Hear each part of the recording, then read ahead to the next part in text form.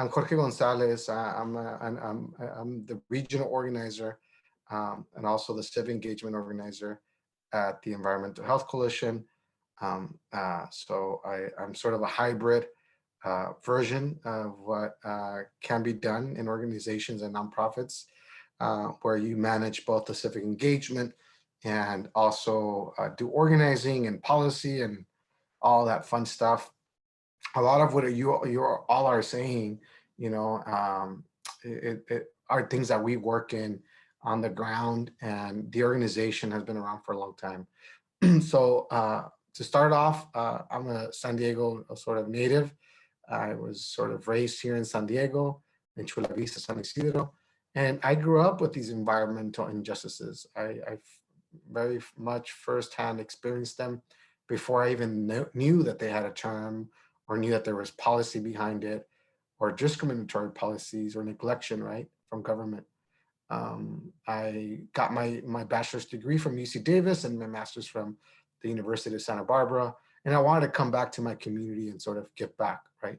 That was my hope. But I also needed to understand local government, and a lot of what you guys know now at your age, I didn't know, right? So I had a learning curve for sure, because I wasn't really exposed to this policy advocacy and awareness at an early age. So yet I think my experience gave me the opportunity to really dive deep into this. So I started organizing in college for the Dreamer Act, right? The Dream Act, eventually known as the Dreamers, AB 540 back in the days. And that got me involved in student-led movements and social movements. And then I ended up studying it in college and for my master's degree. But all that to say that I was very much passionate and interested and curious to know how I can get plugged in to do this type of work in my community where I wanted to reside and live. And it made sense for me to really get to know the landscape and the organizations that were trying to do good in my neighborhood or my community. So I'm going to cover briefly. I can't get into all this tonight, but I will cover some of this today. More importantly, share with you some of the breaking work that we're doing regarding the countywide efforts on AB 423 and AB 617, two assembly bills, one that has been already, both have been enacted, in fact, but are at play now and are getting implemented here in the county. And I think it's important for you all to know. EEC has a long history. I'm not going to get into the weeds to it of it again, but it's important because a lot of folks don't know that it started as a coalition against cancer in 1980. And it rapidly really increased its capacity to find the correlation between health effects and the chemical use in homes and workplaces, and often disposed on neighborhoods. And that sort of took on a whole different leg of the work we do today in different campaigns. But the mission to some degree stays the same, right? It is about protecting and dedicated to securing the social and environmental justice work that needs to get done in these communities. But also it's about creating change ultimately, right? We're there essentially to secure that the families have the right to live, work, and play in a clean and safe environment, no matter your background, right, or income.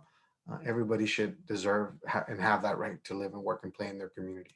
I often don't talk much about this, but it's important for you all to know that the Environmental Health Coalition was a co-founder of the statewide alliance known as the California Environmental Justice Alliance.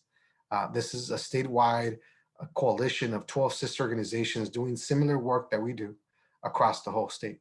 And it is our muscle and how we move legislation forward and how we make change. All of you could be a part of this. This is a statewide movement of 12 sister organizations that we meet monthly in meetings.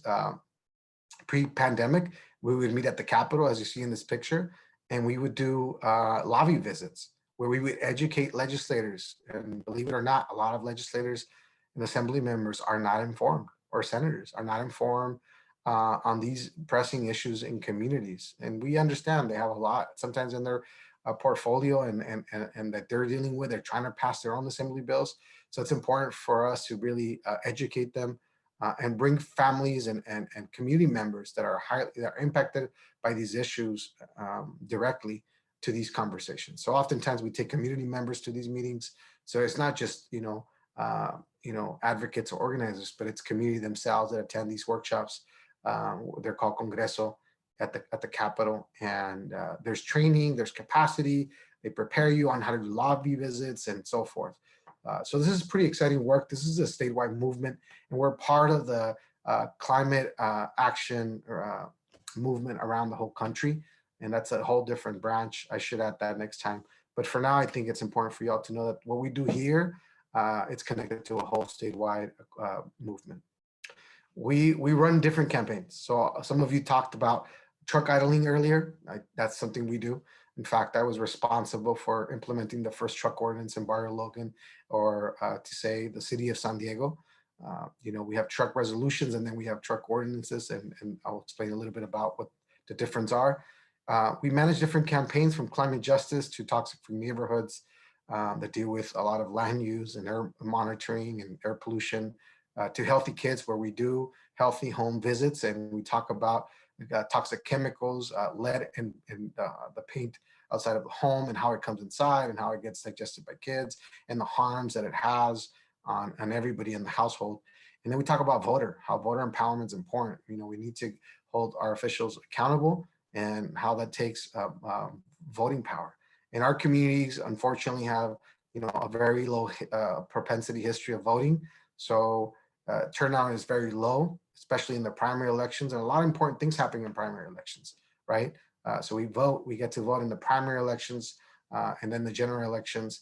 But the primaries, a lot of things sometimes are, squeezed into those ballots and folks don't know about them. So we get a 15 to 25% voter turnout, right? Very, very low when you compare it to the rest of the county.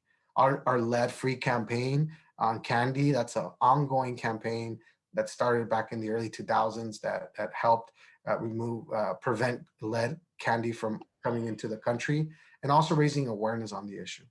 And then someone said earlier, our board environmental justice work in Tijuana is ongoing. That in itself could go on for another session. Our model is pretty straightforward. We organize is important, policy as important, and leadership development is fundamental. We have this training institute called SALTA, or Leadership Institute, Environmental Justice Leaders Training Institute, that we host once a year. And this time around, we're hosting them virtually. So I think there's no capacity to them. So if you want to learn more about the work we do there, or want to invite your parents to learn more, there's more information on our website regarding that, or on our social media sites. It's all about really training the next generation, right? Those that are facing and confronting these issues directly, those that have kids with asthma, those have been hit by some heavy by the amount of traffic that goes through their community, those that are impacted by all the environmental injustice, right, that happens in their community. These are the folks that come with stories that I have personally lived it. And there's multiple languages. It doesn't have one language, one face. Everybody experiences it in different ways.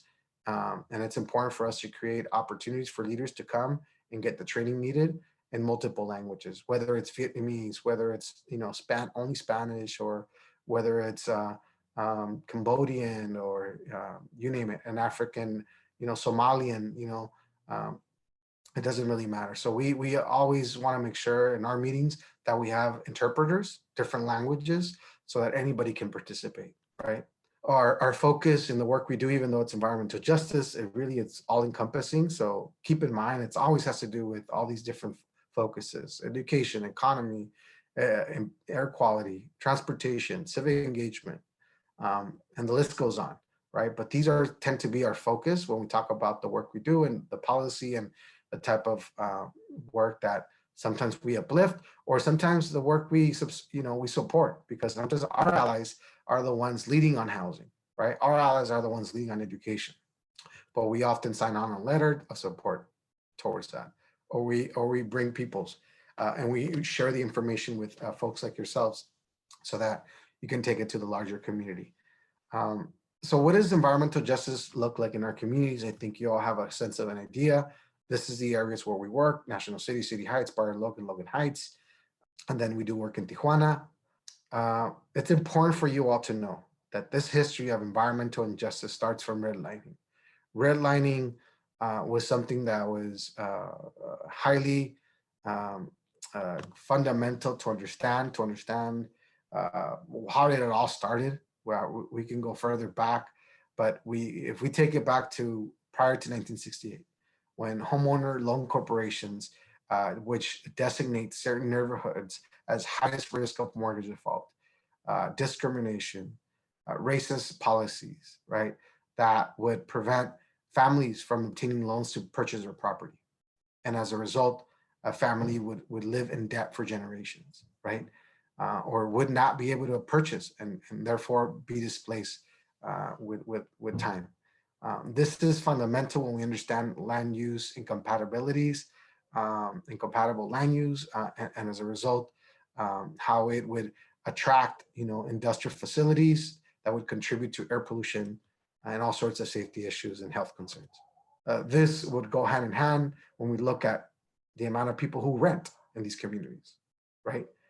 Like I said, a lot of these families, their grandparents couldn't afford to buy, couldn't get a loan to purchase their property. They were not in the same playing field, right? And when we talk about communities of color that live in these neighborhoods, I always like to say these were also Italian Americans. So these were not black and brown. These were also Italian immigrants. These were also Asian communities. These were also Jewish communities that lived in these neighborhoods. If you think about Little Italy, right, and what it was before, it was very much like Barrio Logan. But these communities suffered because they were mainly renters. Families didn't really have a much say because they weren't homeowners into their properties. And that really impacted the future of these communities and what would result in them. Environmental racism is important to sort of understand and have a clear idea of what we're talking about. So it is definitely discriminatory policies that oftentimes governments and corporations or education institutions either intentionally or unintentionally result in these decisions that they make that impact communities of color, low-income folks, and as a result also expose them to greater environmental hazards. EEC is a data-driven organization. Oftentimes data gets thrown in there. Oh, this data, but sometimes organizations don't do the work, right? EEC for the past 40 years has been collecting data, right? We in fact have been pioneers in how data-driven solutions and policy should be implemented. These red dots that you see in this map are facility permits that facilities have to obtain in order to pollute and emit their emissions. We are a research director that actually recently just retired, compile this data and create this GIS map that allowed us to start looking at, the impacts and concentration of toxic facilities in our neighborhood. And this was groundbreaking, to be quite honest. Nobody in the county really had looked at this data the way we're looking at it. And then this gave us the statistics where we knew that Barrio Logan disproportionately had more toxic substances than other communities like La Jolla or Del Mar or Point Loma. And as some have said before, yeah, those 3 million pounds is probably from the 2 gas stations that are in La Jolla. And maybe there's a third one or fourth one by now. But Barrio Logan, there's facilities that are recycled, right? All the oil that comes from all these big ships that deliver goods, right? From bananas to cars, you name it. Or NASPO, the largest fabrication of boats and repairing facility in the entire Pacific coast. This is huge. The Navy brings 40,000 cars in and out in a day. And the amount of pollution that these communities are surrounded by is something that's, it's hard to really understand, right? This allowed us to really work with the state to create a tool. This is called the California Environmental Screen. I hope many of you by now know a little bit about this, but if not, write it down, look it up. It's an online tool you can use, put in your zip code, and it'll tell you and measure the impacts and vulnerability of your community. By no coincidence, Barrio Logan and the communities we work in are the highest, right, in the Cal Enviro screen, has having the highest worst air quality, but also being one of the ones, some of the communities that have the highest social and health vulnerability rates in the whole state of California. Barrio Logan being placed in the top 5 percentile, along with uh, uh, Logan Heights and Sherman Heights. And then you have National City. I think to a large degree because they're surrounded by freeways. We have NASCO and the Navy, right? Really impacting the daily experience of families there. And then the incompatible land use. Barrio Logan has the oldest community plan update since 1978, and that results in incompatible land use and residential zones next to highly industrial areas. Like I said, the port, we've been advocating, so EAC advocates both at the city, at the county, and then we have the port, which is its own government agency. They have their own government, right? Port commissioners that get appointed by each city. Um, and they play a key role on our goods movement. They play a key role from Imperial Beach, which is Chula Vista, all the way up to Little Italy and Point Loma, the whole harbor, right? The whole bay. They have a lot of control over the port, and there's a lot of money that comes in and out. And for decades, they just policy wasn't really community based driven. It was really about profit driven. And EAC has been,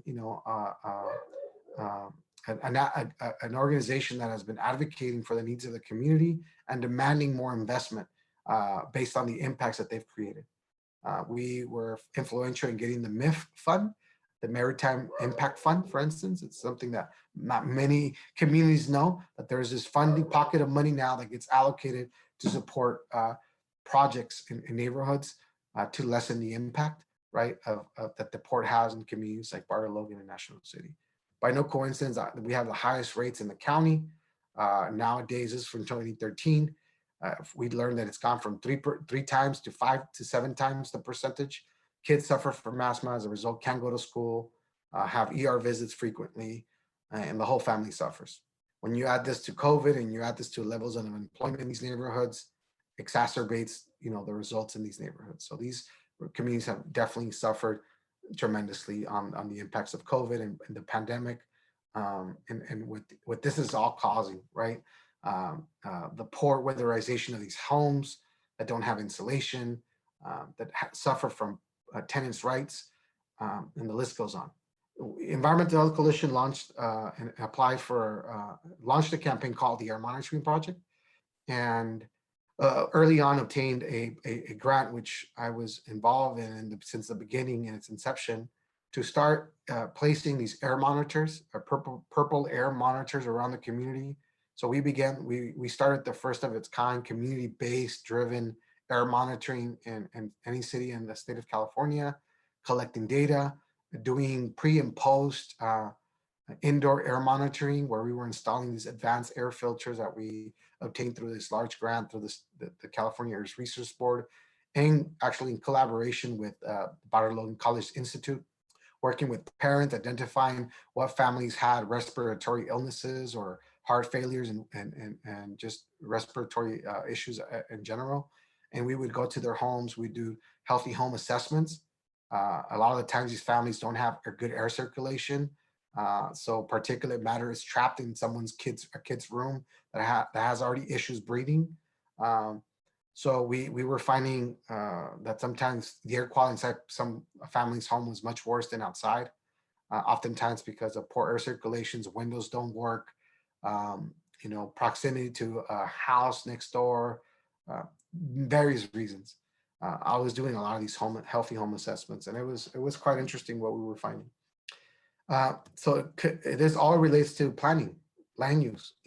How do you designate certain areas? You think this would be something city planners would always sort of have in mind, but oftentimes there's lobbyists, right? Lobbies that influence policy, that with money, they influence how land zoning gets designated. So for us, it's important to make sure that community plans meet the needs of a community, and their community-driven processes, right?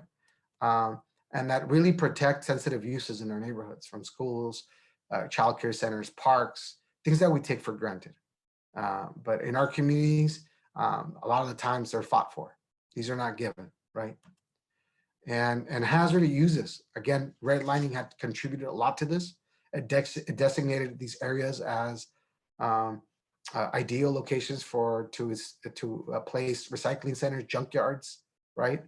And not really thinking of people's and the health consequences that it would result later on, right? Um, Unintentionally or intentionally. Again, this is part of the environmental racism that we've been seeing for decades. So these these facilities are allowed in communities like Barrio Logan, uh, whether it's heavy or medium industry, to be adjacent to senior housing, for instance. We know that particular matter, PM 2.5, which is ultrafine particulate matter, that it's brake dust many a times, or car exhaustion, right? Or diesel emissions.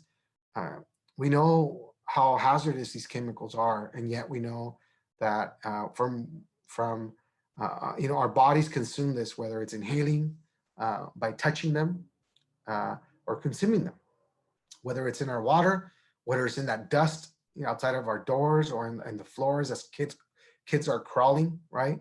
Or whether we're inhaling it, right? Just by walking outside of the house. We know it affects our mental state. We know it affects our bodies, the way we digest.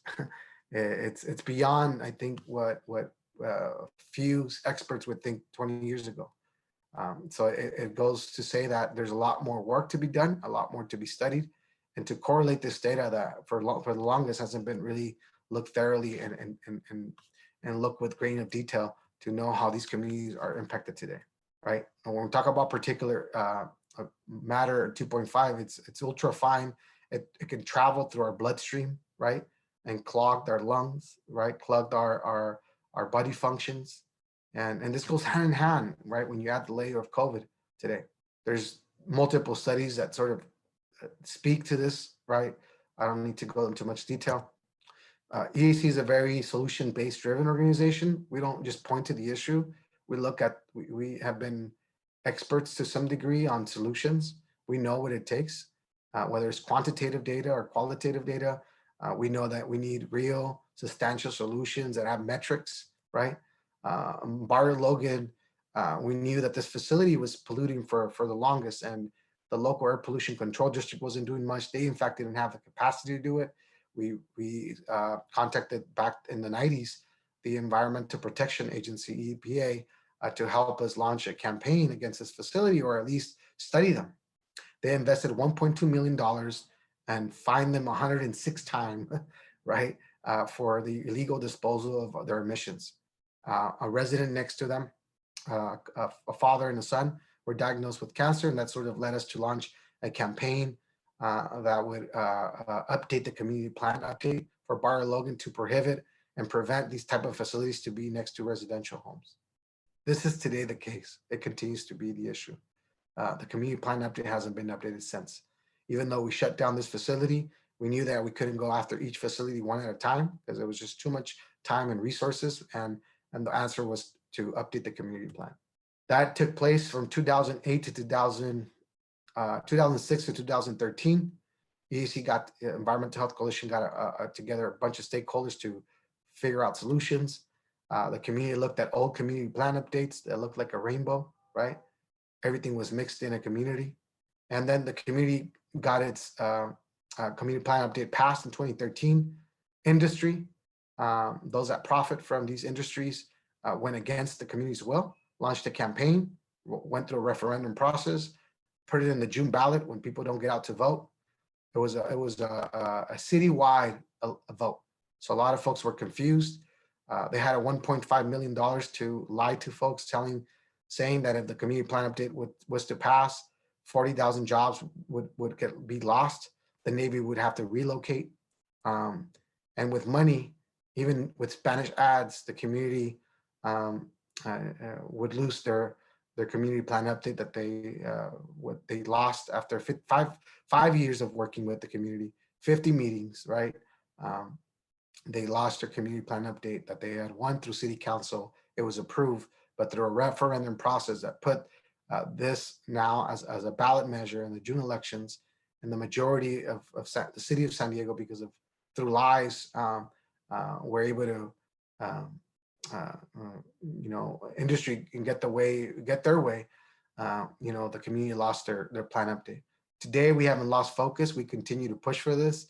It might become a realization this year in 2021 with a new mayor that understands these issues more than ever. I think we have a good chance. The community has really been meeting with industry since then, unfolding and taking the veil from all these lies. Um, no jobs was going to get lost. The Navy and these industries sit in a different jurisdiction when it comes to the county, right? And we talk about buffer zones. I heard some of you talking about buffer zones. Really, the contention was around this buffer zone, which was going to bring commercial space, right, between heavy industrial and residential areas. That was really the contention. It was about losing footprint, industry losing footprint. But those that were grandfathered in, they were going to stay where they're at. They were not going to go anywhere. And that was where the lie was. I won't get too much into the details. Truck ordinances is sort of what I focused on when I came into EAC in 2016.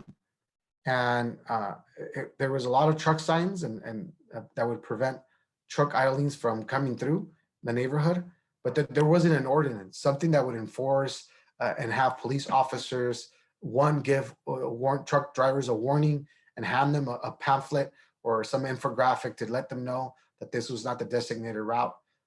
As you might imagine, the amount of trucks, heavy diesel trucks that go through these neighborhoods it's somewhere in the in the thousands, right, per week, just in one day alone. And this graph that just down here was collected through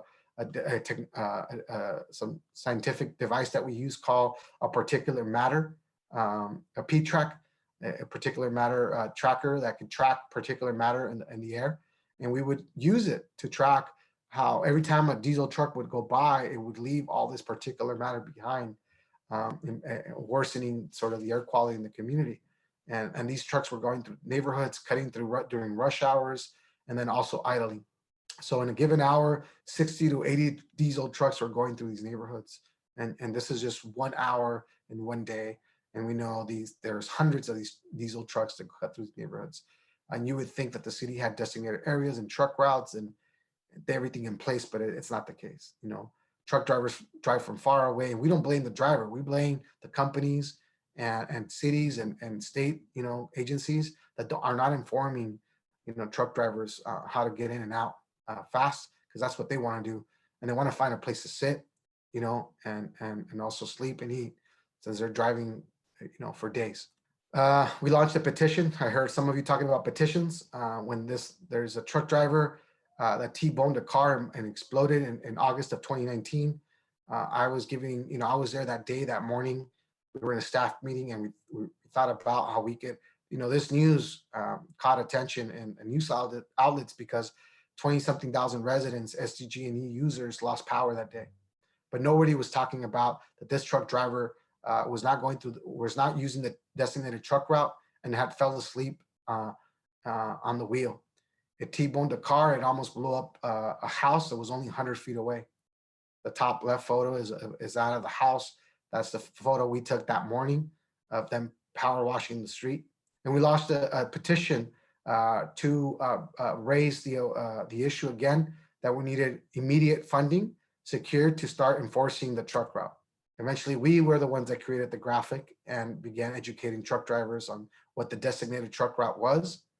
And the city acted right away and put in the funding required to get that local Central Division Police Department to start enforcing the truck route.